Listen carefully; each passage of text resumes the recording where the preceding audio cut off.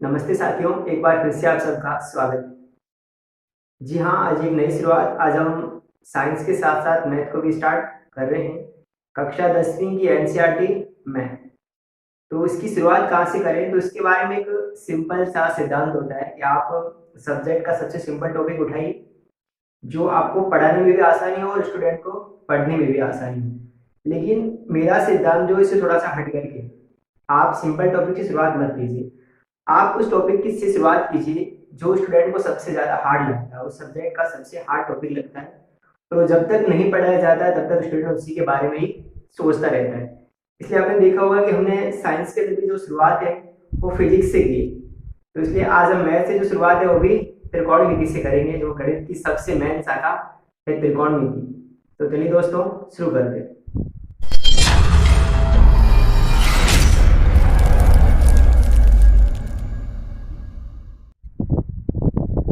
Board की तरफ देखिएगा, त्रिकोणमिति क्या होती है। तो त्रिकोणमिति जो है गणित की एक सबसे इंपॉर्टेंट शाखा है, जो कहे तो गणित की सबसे माध्यमिक स्थिति त्रिकोणमिति है। उसी के बारे में हम स्टार्ट करते हैं। त्रिकोणमिति, देखो त्रिकोणमिति क्या होती है। तो इसका अगर इंग्लिश मीनिंग की बात करें तो ट्रिग्नोमेट्री लिखते हैं इसको, ट्रिग्नोमेट्री, ठीक है। अब त्रिकोणमिति का शाब्दिक अर्थ क्या होता है, आपसे समझने की कोशिश कीजिए। देखो, ये गणित का सबसे हार्ड टॉपिक माना जाता है, लेकिन आप यकीन मानिए कि मैं इस वीडियो के अंदर आपको सबसे सिंपल से सिंपल भाषा में समझाने की कोशिश करूंगा। तो सबसे पहले देखिए, त्रिकोणमिति जो है वो तीन शब्दों से मिलकर के बना है। एक ट्राई, जिसका मतलब होता है तीन, और दूसरा शब्द है गौर, जिसका मतलब होता है भुजा, और तीसरा शब्द है मेट्रॉन, ठीक है। इसका मतलब होता है मापन या फिर माप, ठीक है। तो त्रिकोणमिति का सीधा सा मतलब है किन्हीं तीन भुजाओं की माप। अब किसकी भुजाओं के बारे में, तो तीन भुजाओं वाली आकृति गणित के अंदर कौन सी होती है, त्रिभुज। तो जाहिर सी बात है कि त्रिकोणमिति किसके ऊपर लागू होती है, त्रिभुज के ऊपर। अब इसकी एक परिभाषा देखिएगा कि त्रिकोणमिति कहते किसे हैं। तो ये गणित की एक स्पेशल शाखा है कि नहीं। इसकी परिभाषा लिखिएगा कि गणित की वह शाखा, गणित की वह शाखा जिसमें किसी त्रिभुज की, जिसमें किसी त्रिभुज की भुजाओं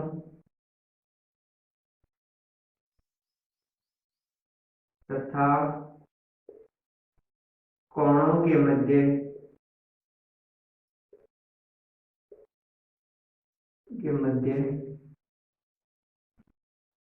संबंध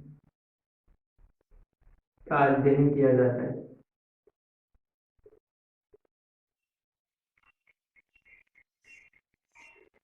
अध्ययन किया जाता है, उस शाखा को अपन क्या कहते हैं, त्रिकोणमिति। उसे त्रिकोणमिति कहते हैं। तो आपको समझ में आ गया होगा कि त्रिकोणमिति क्या चीज है। तो त्रिकोणमिति जो है वो त्रिभुज के ऊपर लागू होती है, और त्रिभुज की भुजाओं तथा कोणों के मध्य संबंध, एक त्रिकोणमिति संबंध स्थापित किया जाता है। उस संबंध के बारे में अपन गणित, तो उस संबंध के बारे में जो अध्ययन है वो गणित की जिस शाखा में करते हैं उसी शाखा को त्रिकोणमिति कहा जाता है। आप त्रिकोणमिति का जब भी अध्ययन करोगे तो आपको एक शब्द जो बार बार सुनाई देगा, ठीक है ना, और वो रहेगा थीटा, जो बार बार आपके काम आएगा, आपको सुनने को मिलेगा थीटा, ठीक है ना, जिसका सिंबल जो इस प्रकार से होता है, ठीक है। इसका मतलब क्या है, इसका मतलब है कोण की माप, कोण की माप। अब देखिएगा त्रिकोणमिति अनुपात कितने प्रकार के होते हैं। त्रिकोणमिति अनुपात जो है वो मुख्य रूप से 6 प्रकार के होते हैं। कौन कौन से हैं, आपको उन्हीं के बारे में ही अध्ययन करना है। त्रिकोणमितीय अनुपात,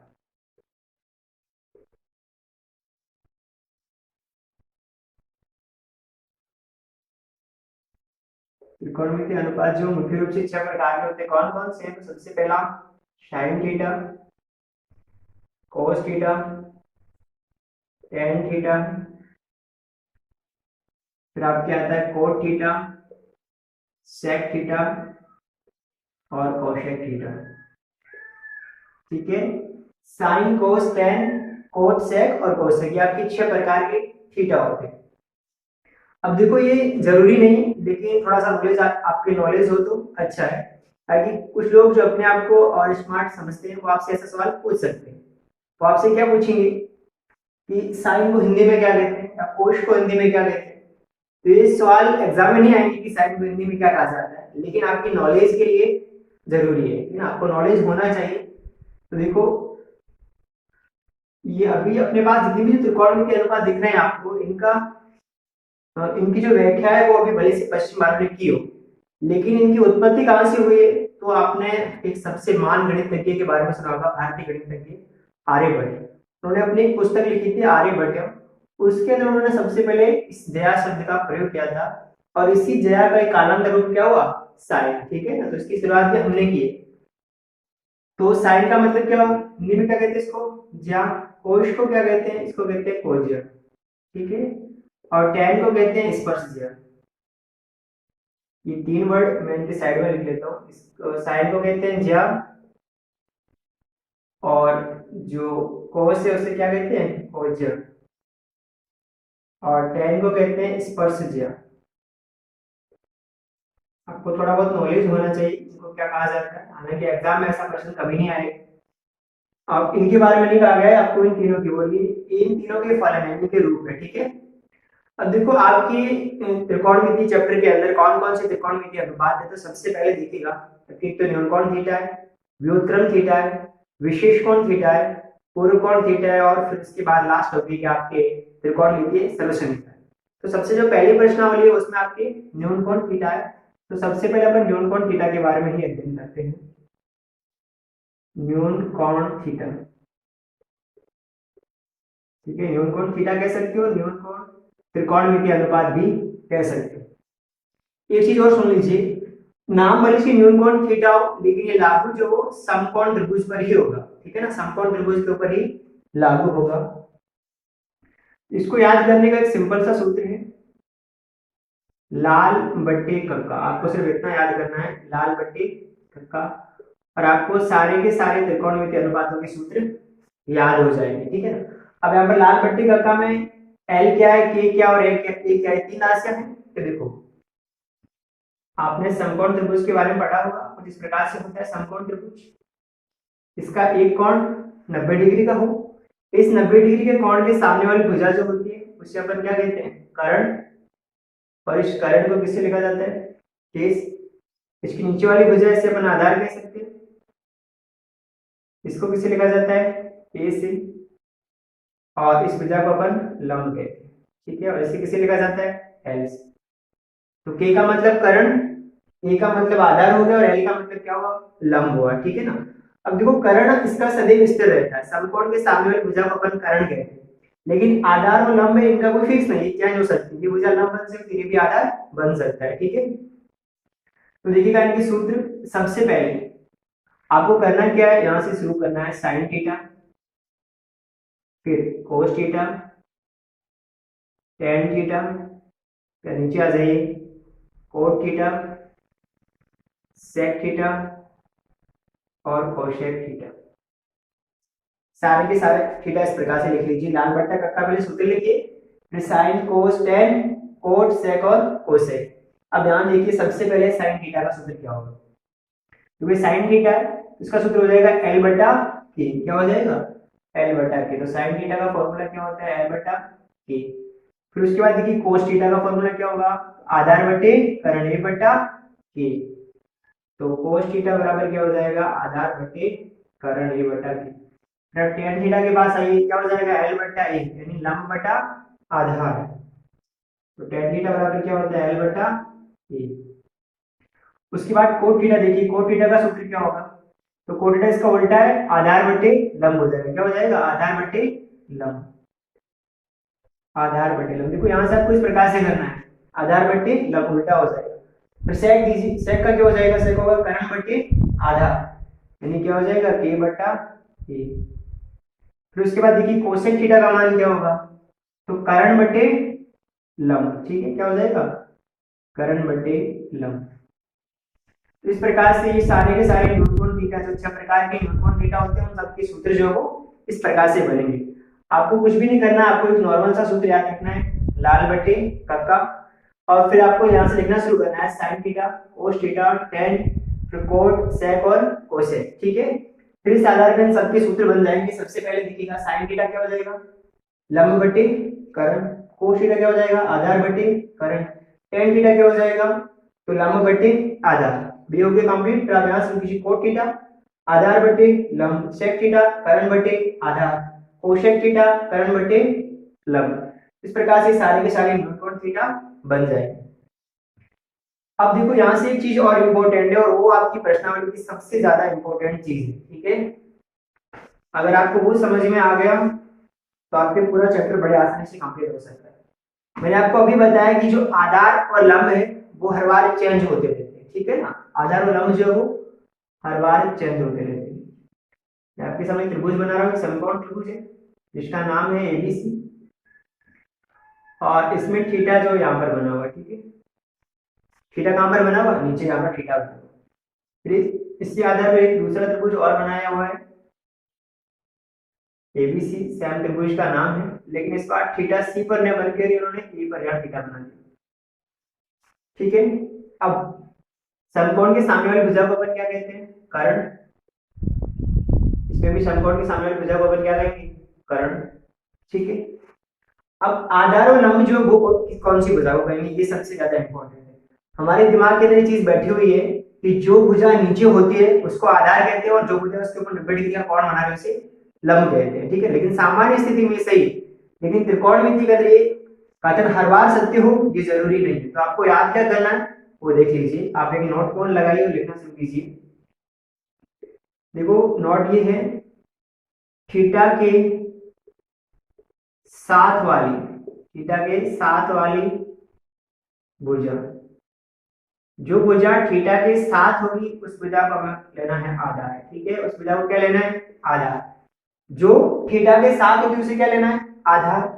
और थीटा के सामने वाली, थीटा के सामने वाली, सामने वाली भुजा उसको क्या लेना है, लंब। बस आपको यही याद रखना है। आपको ये कभी नहीं देखना है कि नीचे वाली भुजा लंब और ऊपर वाली भुजा जो सीधी खड़ी है वो लंब है, ऐसा आपको कभी नहीं देखना। आपको बस इतना देखना है कि जो भुजा थीटा के साथ आ रही है उसे आधार मानना है, और जो थीटा के सामने आ रही है उसे लंब मानना। आप देखिएगा सबसे पहले इस त्रिभुज में देखिए, यहाँ पर थीटा है। अब इस थीटा में ये भुजा कर्ण चली गई, इस भुजा के बारे में नहीं देखना। थीटा के साथ वाली भुजा कौन सी, ये वाली भुजा है। इस साथ वाली भुजा को अपन क्या कहेंगे, आधार, ठीक है। और थीटा के सामने वाली भुजा कौन सी, ये, इस भुजा को क्या कहेंगे, लंब। आप इस त्रिभुज को देखिएगा, इस त्रिभुज में थीटा कहां पर है, यहाँ पर है। थीटा के साथ वाली भुजा कौन सी, ये, इस भुजा को क्या मानना पड़ेगा, आधार, ठीक है। ये भुजा क्या हो जाएगी, आधार। और लंब कौन सी होगी, ये नीचे वाली भुजा। इस चीज को विशेष करके याद रखना आपको। आपकी इस प्रश्नावली में अगर आपको ये याद है, ये कंसेप्ट आपकी क्लियर है, तो 8.1 ये पहली प्रश्नावली बड़े आसानी से, न्यूटन थीटा में जितने भी प्रश्न आते हैं वो बड़े आराम से हो सकते हैं। थीटा के साथ आने वाली भुजा को आधार और थीटा के सामने वाली भुजा को लंब कहा जाता है। बस आपको इतना ध्यान रखना है। तो न्यूटन थीटा सारा समझ में आ गया। चलिए अब प्रश्नावली शुरू करते हैं। तो प्रश्नावली शुरू करने से पहले आप सबसे उम्मीद करता हूँ कि पाइथागोरस प्रमेय से सब लोग परिचित होंगे। पाइथागोरस प्रमेय फिर भी एक बार हम बता देते हैं कि पाइथागोरस प्रमेय क्या होती है, ठीक है। समकोण त्रिभुज है उसके ऊपर पाइथागोरस प्रमेय लागू होती है, ठीक है। समकोण त्रिभुज की सबसे बड़ी भुजा कर्ण, और इन दोनों में से एक को आधार ले लीजिए, और जब तक आपके थीटा के बारे में नहीं कहा जाए तब आप ऐसा ही मान लीजिए, एक आधार और एक लंब ले लीजिए, ठीक है। अब पाइथागोरस प्रमेय क्या होता है तो उसका सूत्र देख लीजिए, पाइथागोरस प्रमेय, ठीक है। आप न्यूटन थीटा के जितने प्रश्न सोल्व करेंगे उनमें पाइथागोरस प्रमेय अनिवार्य रूप से लागू होगी, ठीक है। पाइथागोरस प्रमेय ये है कि कर्ण स्क्वायर बराबर आधार स्क्वायर प्लस लंब स्क्वायर, ठीक है। आधार स्क्वायर प्लस लंब स्क्वायर, ये सूत्र, ये पाइथागोरस प्रमेय का सूत्र है जो आपको सबको याद होना चाहिए, ठीक है। इससे आप के स्क्वायर बराबर ए स्क्वायर प्लस एल स्क्वायर भी कह सकते हो, ठीक है ना। अब इस सूत्र में वो परिवर्तन करके आपको आधार स्क्वायर का सूत्र पूछ सकते हैं और लंब स्क्वायर का सूत्र भी काम आ सकता है, ठीक है ना। तो आधार स्क्वायर का कैसे बनेगा, कर्ण स्क्वायर माइनस लंब स्क्वायर, और लंब स्क्वायर का क्या बनेगा, कर्ण स्क्वायर माइनस आधार स्क्वायर। फिर पाइथागोरस प्रमेय का सूत्र आप सबको पता होना चाहिए।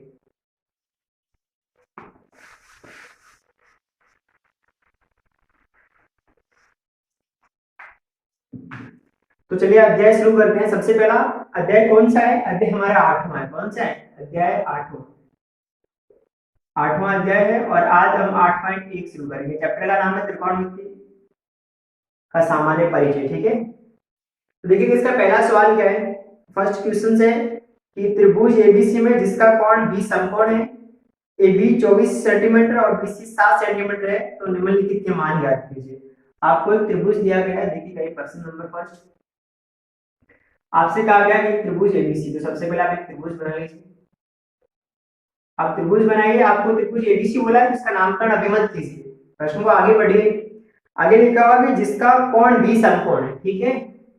अब बी ये कोण हो गया समकोण, अब इसका नामकरण कर दीजिए ए बी और सी, ठीक है। जो समकोण जहां पर बोल रहा है वहां पर पहले समकोण बनाइए, बाद में उसका आगे का नाम लिख दीजिए। अब प्रश्न में आपको दिया है कि ए बी 24 सेंटीमीटर है, ठीक है। इस प्रश्न के अंदर आपको दिया गया है कि जो ए बी है वो कितनी है, 24 सेंटीमीटर, और इसके बाद एक भुजा आपको और दी गई है बीसी 7 सेंटीमीटर, ठीक है। बीसी कितनी है, 7 सेंटीमीटर।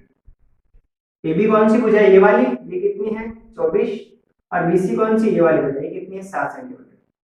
आपको ये भुजा ज्ञात करनी है, ठीक है। ये एक समकोण त्रिभुज है, तो सीधी सी बात है, आपको सीधा पाइथागोरस प्रमेय लगाना है, ठीक है। और पाइथागोरस प्रमेय के आधार पे आपको कर्ण ज्ञात करना है, ठीक है। तो सबसे पहले लिखिएगा कि त्रिभुज एबीसी में पाइथागोरस प्रमेय से, ठीक है, पाइथागोरस प्रमेय से, पाइथागोरस प्रमेय से आपको क्या करना है, पाइथागोरस प्रमेय क्या होती है, कर्ण स्क्वायर, मैं शॉर्ट में लिख रहा हूं, ए स्क्वायर बराबर ए स्क्वायर प्लस क्या हो जाएगा एल स्क्वायर, ठीक है।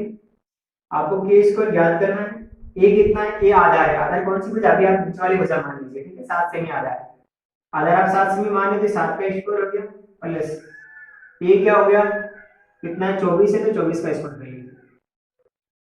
आगे बढ़िए, ये हो जाएगा के स्क्वायर बराबर 7 का स्क्वायर, 7 का वर्ग कितना होता है 49, 24 का वर्ग कितना होता है 576, तो ये के स्क्वायर बराबर क्या हो जाएगा, इन दोनों को जोड़ेंगे तो कितना हो जाएगा 625, ठीक है। अब यहाँ से जब आप स्क्वायर हटाएंगे तो क्या होगा, सामने वाले पक्ष पे अंडूल लगेगा, तो ये बराबर क्या हो जाएगा अंडूल 625। अब क्या करना है, अंडूल 625 का मतलब आगे 625 का आपको वर्गमूल निकालना है, और 625 का वर्गमूल कितना होता है 25 सेंटीमीटर। तो आपको इस त्रिभुज की जो तीसरी भुजा है वो ज्ञात हो जाएगी, और वो भुजा कितनी है 25 सेंटीमीटर। अब इनको ऐसे लिखने की जरूरत नहीं है, ये 25 सेमी आधार है, ये लंब है, कर्ण है, वो चेंज हो सकती है, ठीक है ना।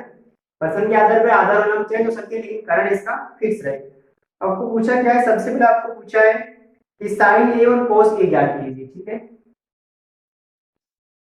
एक तो साइन ए और कोस ए ज्ञात कीजिए, ठीक है। पहला सवाल है साइन ए और कोस ए ज्ञात कीजिए। अब देखो साइन ए और कोस ए का मतलब क्या हुआ कि थीटा जो है वो कहां पर बनना है, ए पर बनना है। थीटा कहां बनना है, ए के ऊपर बनना है, ठीक है। तो यहां से आपको ज्ञात करना है। तो सबसे पहले देखिएगा साइन ए, साइन थीटा का सूत्र क्या होता है, एल बटा के, अभी बताया था एल बटा के होता है कर्ण बटा, मतलब लंब बटा कर्ण। अब इस प्रश्न को यहां से ध्यान से समझिएगा। देखो थीटा कहां पर बनना है, आपके ए पर बनना है, तो थीटा के साथ वाली ये भुजा क्या हो जाएगी आधार, और ये भुजा क्या होगी लंब। तो लिखिएगा साइन ए, लंब कौन सी भुजा होगी, ये वाली भुजा, सामने वाली भुजा है ना, थीटा के सामने वाली भुजा लंब होगी, और ये भुजा आधार होगी। तो लंब कितना होगा 7, और हमें आधार तो चाहिए नहीं, तो लंब हो गया 7, और कर्ण कितना है हमने अभी क्या किया 25 सेंटीमीटर। अब दूसरा देखिए, दूसरा है कोस ए, ठीक है। कोस ए का सूत्र क्या होता है, ए बटा के, हो जाएगा कोस ए बराबर, अब देखो ए बटा के, यहाँ पर भी थीटा कहां पर बनना है, ए पर बनना है, तो थीटा के साथ वाले आधार, आधार होगी, आधार कितना है 24, और करंट कितना है 25, तो क्या हो जाएगा 24/25। बस प्रश्न को इस प्रकार से करना है कि आधार कौन सा है और लंब कौन सा है, ये सबसे ज्यादा इंपॉर्टेंट चीज। उसके बाद अगला प्रश्न इसी का दूसरा देखिएगा, साइन सी और कोस सी आपको ज्ञात करना है। क्या ज्ञात करना है? साइन सी और कोस सी। अब इस प्रश्न को आप इस प्रकार से समझिए कि जो थीटा है वो कहां पर बनना है, सी पर बनना है, ठीक है। और जब थीटा सी पर बनेगा तो आपके लंब और आधार जो आपस में चेंज हो जाएंगे। तो सबसे पहले देखिएगा साइन सी, साइन सी बराबर क्या होगा, ए बटा एल बटा के। सूत्र सेम रहेगा एल बटा के, लेकिन उसकी संख्यात्मक मान चेंज हो गया। देखो सी है, थीटा कहां पर बनना है, सी पर बनना है, तो आधार कौन होगा 7। आधार कौन सी भुजा होगी, 7 से में आधार, और लंब कौन सा हो जाएगा 25। तो देखिएगा साइन सी, लंब कितना है 25 और करंट कितना हो जाएगा, सॉरी लंब कितना है 24 और करंट कितना है 25। दूसरा क्या ज्ञात करना है आपको, इसका आपको ज्ञात करना है कोस, कोस सी। ये क्या होता है, ए बटा ए। अब यहां से देखिएगा, मैं इसको जहाँ साइड में लिख लेता हूँ ताकि आपको आराम से दिखाई दे कि कोस सी ज्ञात करना है। तो कोस का सूत्र क्या होता है, ए बटा के हो जाएगा कोस सी। बस प्रश्न को ध्यान से देखिए, थीटा यहाँ पर बनना है, तो थीटा के साथ वाले आधार, आधार क्या होगा 7 सेंटीमीटर, तो 7 बटे क्या हो जाएगा 25। और इस प्रश्न के दोनों जो प्रश्न पूछे गए उनके आंसर निकलेंगे। तो साइन ए और कोस ए, और दूसरा था साइन सी और कोस सी। मैंने जो आपको सबसे इंपॉर्टेंट चीज बताई, आपको बस वही ध्यान रखना है कि थीटा के साथ वाली भुजा आधार है और सामने वाली भुजा लंब। इसका एक स्क्रीनशॉट ले लीजिए जल्दी से। अब दूसरा प्रश्न देखिएगा, दूसरे प्रश्न में आपको आकृति जो है वो पहले से बना कर दी हुई है, तो पहले मैं आकृति बना लेता हूँ। PQR,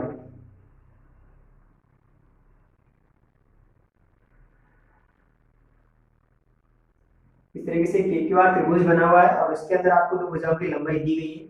इसकी लंबाई जो है वो 12 सेंटीमीटर है और इसकी लंबाई 13 सेंटीमीटर है।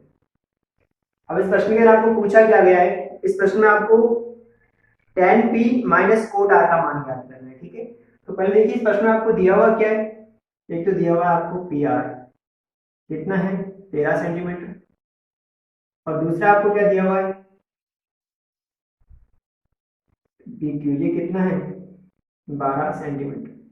तो सबसे पहले आप क्या करोगे, इस त्रिभुज की तीसरी भुजा ज्ञात करोगे। देखो जब भी ऐसे प्रश्न आते हैं तो आप सबसे पहले त्रिभुज की तीसरी भुजा ज्ञात कीजिए। तो आप लिखिएगा त्रिभुज PQR में पाइथागोरस प्रमेय से।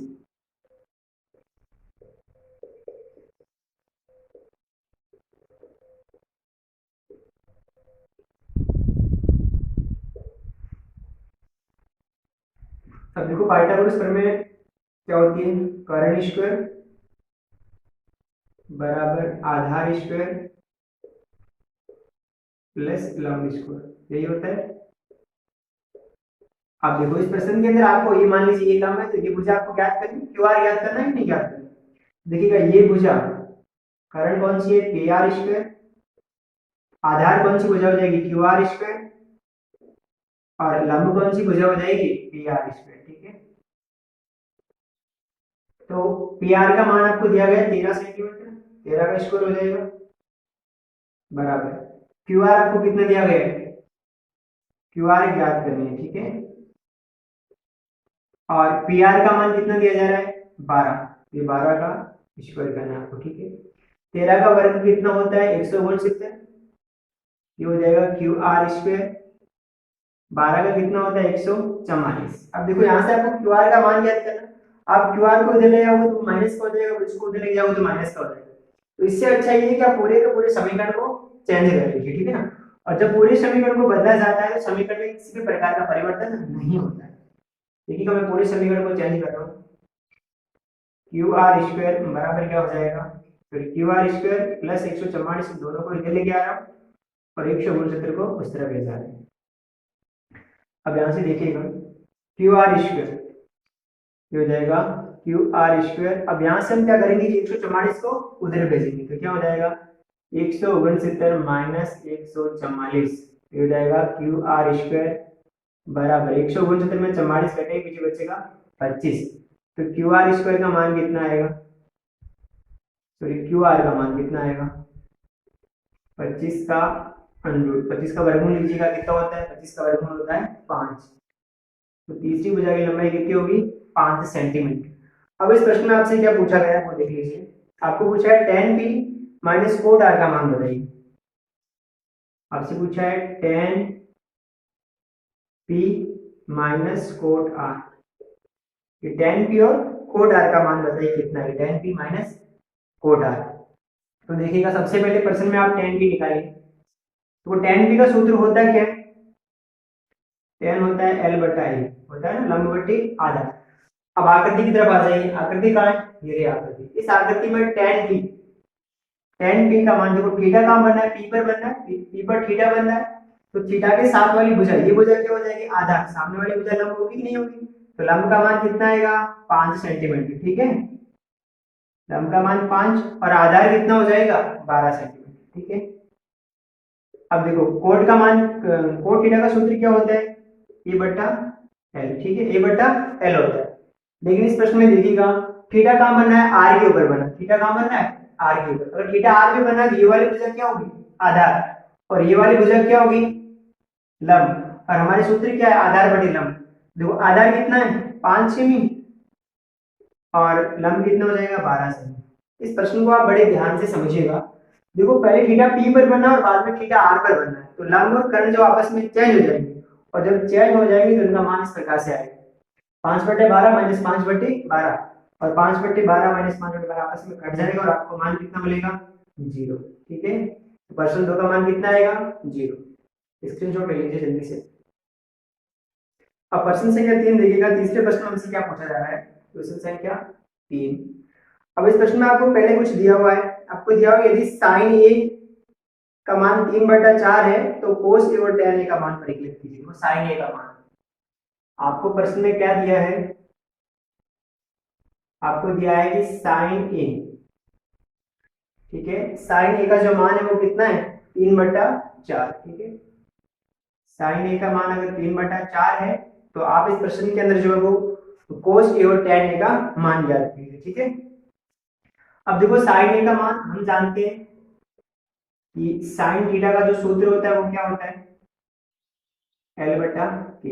इसका मतलब क्या हुआ कि जो लंब है वो कितना है, 3 सेंटीमीटर, तो 3 इकाई, और ये जो कितना हो जाएगा, 4। आपको L जो वो फाइंड आउट करना है, ज्ञात करना है कि L कितना होगा। तो सबसे पहले आप पाइथागोरस प्रमेय लगा दीजिए, ये पाइथागोरस प्रमेय से।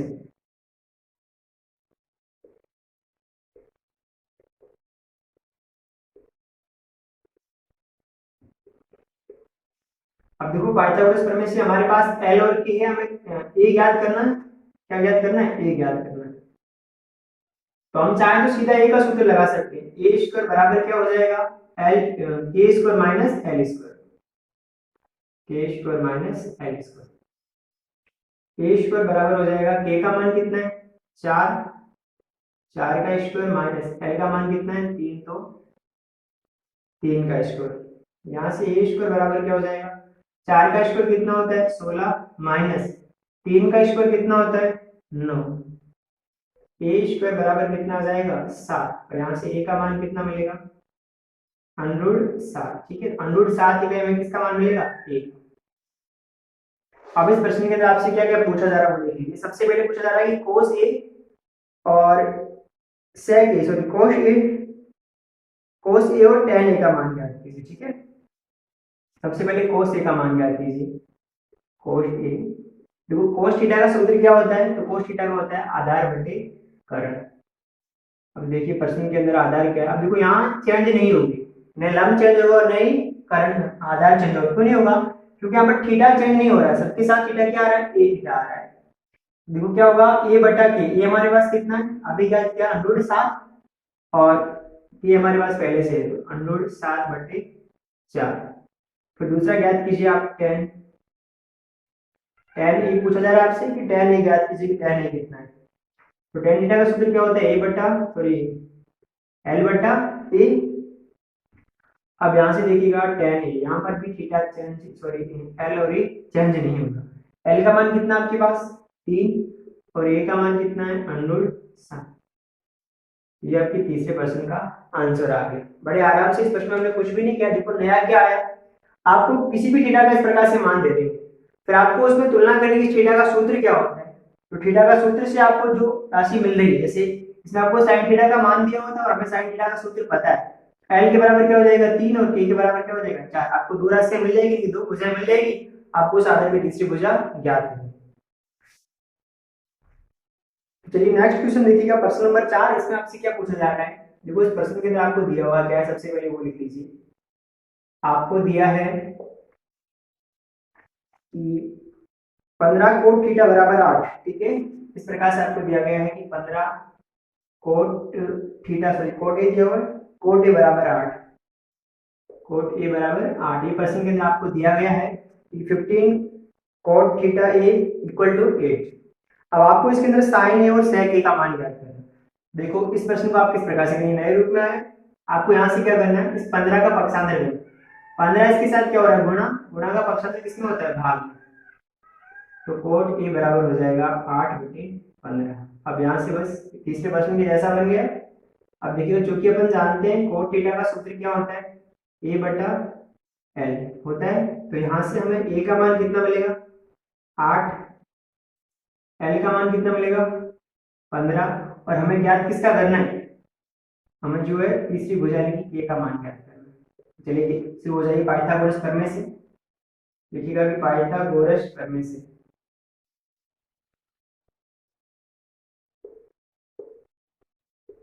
अब आपको यहाँ पर कर्ण ज्ञात करना है, तो a² बराबर हो जाएगा a² प्लस l²। a का मान कितना है 8, तो ये हो जाएगा 8 का स्क्वायर, प्लस l का मान कितना है 15, तो हो जाएगा 15 का स्क्वायर। k² बराबर 8 का स्क्वायर कितना हो जाएगा 64, प्लस 15 का स्क्वायर कितना हो जाएगा 225। अब इस प्रकार से आप यहाँ निकालिए k² बराबर, इनको जोड़िए कितना हो जाएगा,